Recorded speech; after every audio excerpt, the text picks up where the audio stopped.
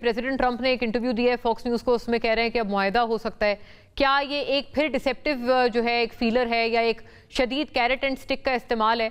पूरे पैनल को इसके ऊपर भी मुतवज्जे करते हैं and as well as Jamil Ahmed Khan साहब फॉर्मर एम्बेसडर ऑफ पाकिस्तान हमारे साथ हैं, ताकि इस मामले पे एटलीस्ट हम लोग एक उनकी वैल्यूबल इंसाइट ले लें।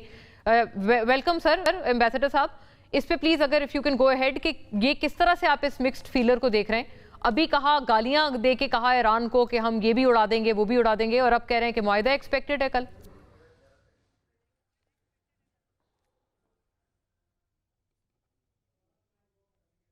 सर आपकी ऑडियो म्यूट हुई हुई है। जमील साहब, can you unmute your mic? Yes, go ahead, please. Perhaps right. What I'm saying is that ये जो सिलसिला पूरा मंजरनामा आपको नजर आ रहा है, उसमें फैसला एक बात पर होना है, और वो फैसला होना है कि किस मुल्क में ज्यादा बर्दाश्त का मादा है और कौन सा मुल्क अपने ट्रफ पर इस वॉर थिएटर को डील कर रहा है।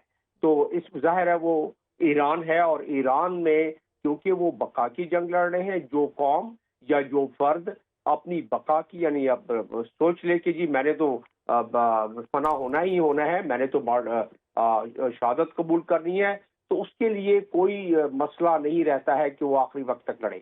अमेरिका को जब इस चीज का इदराक हो गया है, उसके जहाज गिर गए हैं, उसकी वो माया नाज किस्म के जो F-35, F-15 ये सारे जो साजो सामान है वो निशाना बन रहा है, जो कि एक फख्र था अमेरिका का, वो फख्र टूट रहा है। और जब उसके अपने ही फौजी कमांडर उसको मशवरा दे रहे हैं कि ये हम इस पूरी जंग को ज्यादा देर तक ले जाने के लिए तैयार नहीं हैं, तो ऐसी सूरत में ये बदलते हुए रवैये तो खैर वैसे भी डोनाल्ड ट्रंप के हुआ करते हैं, लेकिन ऐसी सूरत में ऐसी शख्सियत, आप अगर उनके पिछले 2-3 दिन के बयान उठा के देख लें तो उसमें जो उतार चढ़ाव है, उसकी जो फ्लक्चुएशन है या यू टर्न आप कह लें उसको, वो है, वो इस चीज की गमाजी करता है। और इसको मिला लें आपके जिस तरह कमांडर्स को चेंज कर रहे हैं अपने, इसको मिला लें कि आज की खबर कि कैबिनेट में भी तब्दीली लाना चाह रहे हैं वो, और अगर उन्होंने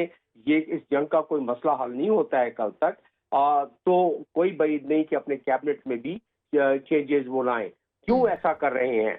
जब अपने इदारों से कंसल्ट किए बगैर या कम कंसल्ट करने के बाद, यानी कि पेंटागन यानी कि स्टेट डिपार्टमेंट, उनसे कम कंसल्ट करें और नेतन्याहू से ज्यादा कंसल्ट करें, जबकि जो 7 उन्होंने अमेरिका के विजिट्स किए और आखिरी विजिट बैकडोर व्हाइट हाउस से दाखिल हुए, और वहां उन्होंने जो रिपोर्ट लीक हुई है वॉर प्लान डिस्कस किया विटकॉफ से, जेरी कुशनर से, और फाइनली डोनाल्ड ट्रंप से।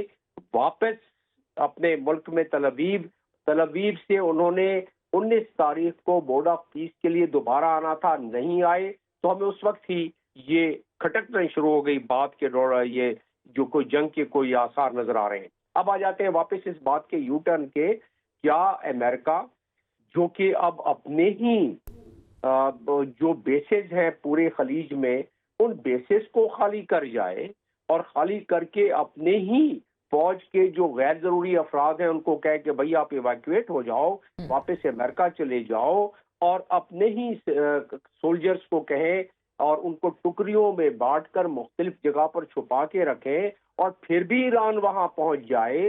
क्योंकि मैं यूएई में भी सफीर रहा हूँ, सऊदी अरब में भी मेरी तैनाती रही है, यमन में भी रहा हूँ, तो वहाँ के खदोखाल और वहाँ के मिजाज और वहाँ के डेमोग्राफी का करेक्ट है। तो उस डेमोग्राफी की वजह से ईरान को बहुत ज्यादा एक फौकियत हासिल है कि उसके पास ह्यूमन इंटेलिजेंस है। इसीलिए पासदारान कहते हैं कि हमें पता है आप किधर शिफ्ट हुए हो, हम इसलिए उन सिविलियन आबादी को निशाना बनाते हैं कि हमें पता है कि आपकी जो अस्करी। तो sir the $1 million question ambassador साहब कि अब क्या एक्सपेक्ट करें? कल वॉर मजीद एग्रीवेट होगी कि जो उन्होंने कहा है कि ट्यूसडे को पावर प्लांट उड़ेंगे, उसके बाद ब्रिज उड़ेंगे, या फिर ये कि कोई मुआहदा कोई वाकई इस दफा हो सकता है? देखिए, इस पे पाकिस्तान ने, और पाकिस्तान के साथ ज़ाहिर है चाइना बिल्कुल साथ है, और डोनाल्ड ट्रंप 15 तारीख को वहां जाने से पहले अपने साथ कोई ऐलान करके कोई गुडविल लेके जाना चाहते हैं, चाइना I से see. बहुत कुछ उन्होंने लेना है, तो अगर ईरान मान जाता है, देखिए 15 पॉइंट में से तकरीबन 6 या 7 पॉइंट तो फकत और फकत जौहरी मामलात के हैं, तो उसको 1 पॉइंट माने आप सिर्फ। I see. और ठीक है। उसके बाद रेपुटेशन है, अगर कुल उसका मजमुआ देखे 15 पॉइंट मेरे पास जहन में जितने हैं मैं बता सकता हूँ, उन कुल का मजमुआ देखे तो 3 या 4 पॉइंट से ज्यादा नहीं है उनका प्लान। तो I उस see. पर अगर ईरान, जो कि पहले वो राजी हो रहा था कि अपनी जौहरी सलाहियत को कम करने के लिए IAEA को अपनी एक्सेस देने के लिए, तो उस पर कुछ थोड़ी सी और फाइन ट्यूनिंग, पाकिस्तान बीच में पड़ा है, तुर्की पड़ा है, इजिप्ट है, सबसे बड़ी बात चाइना, और चाइना का और ईरान का अगर आप गहराई में देखें तो उनका जो उनके मुआहदात हैं $400 बिलियन के, जो जिसमें 5 साल तकरीबन हो गए, बाकी 20 सालों आई सी, दैट्स रियली इम्पोर्टेंट। ये बहुत आपने अहम बात की है कि ये काफी कुछ डूएबल है, तो अब तो अच्छी मतलब इसमें कुछ हम एक्सपेक्टेशन रखें going by your analysis. Sir, thank you for joining us. ये बड़ा शैला साहिबा ने भी कहा कि पहले कीमत ऐसा लगता है कि कोई कुछ और बढ़ाने का इरादा था, फिर एक आफ्टर थॉट के तहत शायद ये दिखाना था कि मतलब आवाम फिर भी थैंकफुल हो कि आपने चले कुछ तो वापस की वो बढ़ी हुई कीमत। ये क्या कोई स्ट्रेटजी थी कि ये जो इतनी जल्दी फैसला हुआ फिर वापस हो गया? और ये रिफाइनरीज को गैर मामूली मुनाफे वाला जो इल्जाम है जो मिफ्ता साहब लगा रहे हैं, दो बातों पे प्लीज फरमा दें। देखिए, सबसे पहले ये हमें मैंने एक कलेक्टिव राय दी थी जी। देखिए, अगर मुझे आप इजाजत दें कि बड़ी देखिए सिंपल सी बात है, हुकूमत की पहले दिन से ये कोशिश रही है कि हम अवाम को मैक्सिमम जो है वो प्रोटेक्ट करें। जो 55 रुपए का हमने इजाफा किया, फौरी किया, क्योंकि उस वक्त हमारे पास कोई इंतजाम नहीं था कि हम सब्सिडी दे सकें। IMF से भी बात नहीं हुई थी, तो हमें वो कीमतें पास ऑन करनी पड़ी, वरना सप्लाई चेन की डिसरप्शन आ जानी थी। उसके बाद 27 अरब प्राइम मिनिस्टर के ऑस्टेरिटी के अंदर अरेंज किए गए, फिर 100 अरब हमने खर्चा डेवलपमेंट बजट को कट करके, और ये मैं फिर रिपीट कर रहा हूं कि हमने कोई सर्कुलर डेट नहीं पैदा किया, खसारा नहीं बढ़ाया, हमने अपनी रिसोर्सेज को इस्तेमाल करके ये सब्सिडी दी। फिर हमने सूबों को साथ एंगेज किया और सूबों ने इस मुश्किल वक्त में साथ दिया, और मिलके चले हम कि हम आवाम को रिलीफ दें। और इस वक्त जब ये प्राइस बढ़ानी थी तो हमने डीजल के ऊपर PDL 0 कर दिया और 160 रुपए जो है वो ट्रांसफर कर दिया PDL को पेट्रोल के ऊपर। ये फैसला किया कि PDL में कटौती नहीं करेंगे। फिर प्राइम मिनिस्टर ने फिर भी, अब इस दौरान हम IMF के साथ भी एंगेज हैं, हम रास्ते ढूंढ रहे हैं कि कैसे हम बोझ कम कर सकते हैं। तो इसके अंदर देखा गया कि PDL के अंदर गुंजाइश निकाली जा सकती है और इसके अंदर कमी की जाए, तो वो फिर कमी ट्रांसफर कर दी गई।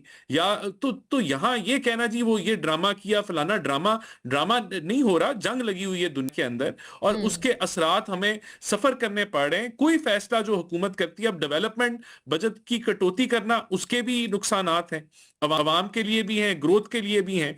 तो जो भी हम फैसला कर रहे हैं उसके प्रोज और कॉन्स हैं। आप दूसरी साइड पे तनकीद, लेकिन जो बड़ी बात है वो ये है कि ये मुश्किल वक्त है, इसको हमने बैलेंस करना है। हमने अपने खसारों को भी बैलेंस करना है कि वहां ना बढ़ावा हो। हमने ये चीज भी बैलेंस करनी है कि अवाम पे बिला वजह बोझ ज्यादा ना पड़े, कम से कम हम उसका इम्पैक्ट लेके आए।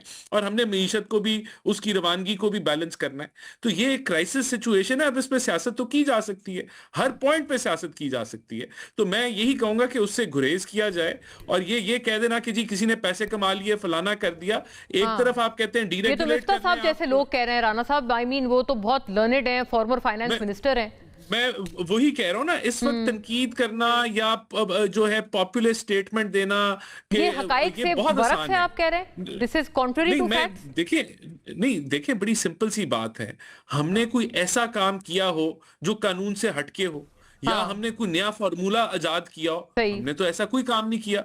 प्राइस रिवाइज हो रही है तो उसी फार्मूले के तहत रिवाइज हो रही है, आइन के अंदर, कानून के अंदर। अब उसके अंदर कोई ऐसा कोई मुनाफा जो ना किसी को दिया गया, ना कोई ऐसी सोच। हमारी ये जरूर सोच है कि सप्लाई चेन डिस्टर्ब ना हो, और वो हमने नहीं होने दी। और वो हमने नहीं होने दी, वो आपने देखा कि जिन मुल्कों में हुई है, फिर किस तरह आवाम सड़कों पे आके लाइनों में, कतारों में खड़ी करती है।